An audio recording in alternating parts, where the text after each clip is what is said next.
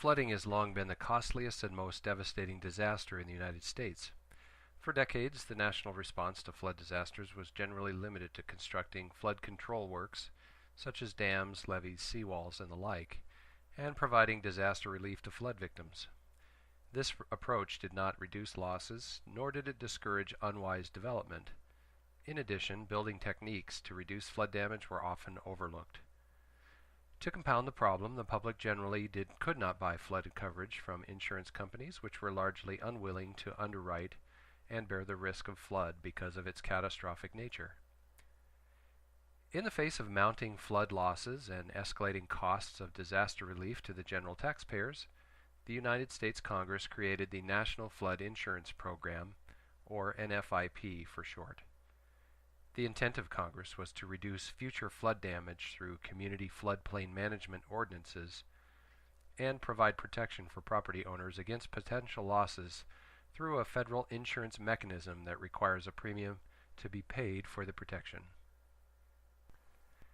Through the National Flood Insurance Act of 1968, Congress authorized the NFIP, which provided an opportunity for property owners to purchase flood insurance protection made available by the federal government for buildings and their contents.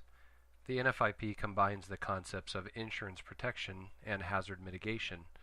This program provides an incentive for communities to adopt floodplain management ordinances to mitigate the effects of flooding on new and existing construction.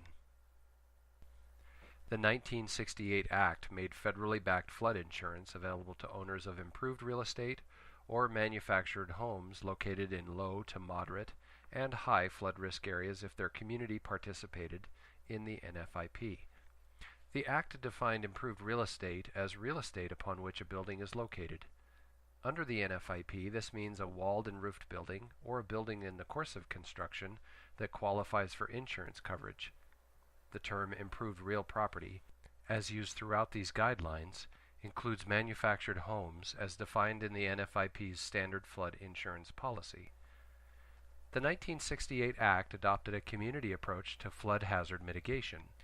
The law described two ways for a community to establish its eligibility to participate in the NFIP. First, by adopting minimum regulatory standards in accordance with FEMA floodplain management guidelines, which help to save lives and reduce flood damage to property.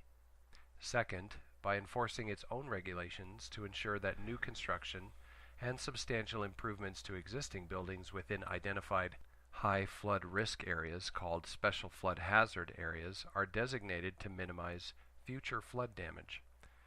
If a community does not participate in the program, property owners in that jurisdiction are not able to purchase federally backed flood insurance. Also, federal grants, loans, disaster assistance, and federal mortgage insurance are unavailable for the acquisition or construction of structures located or to be located in special flood hazard areas shown on flood insurance rate maps.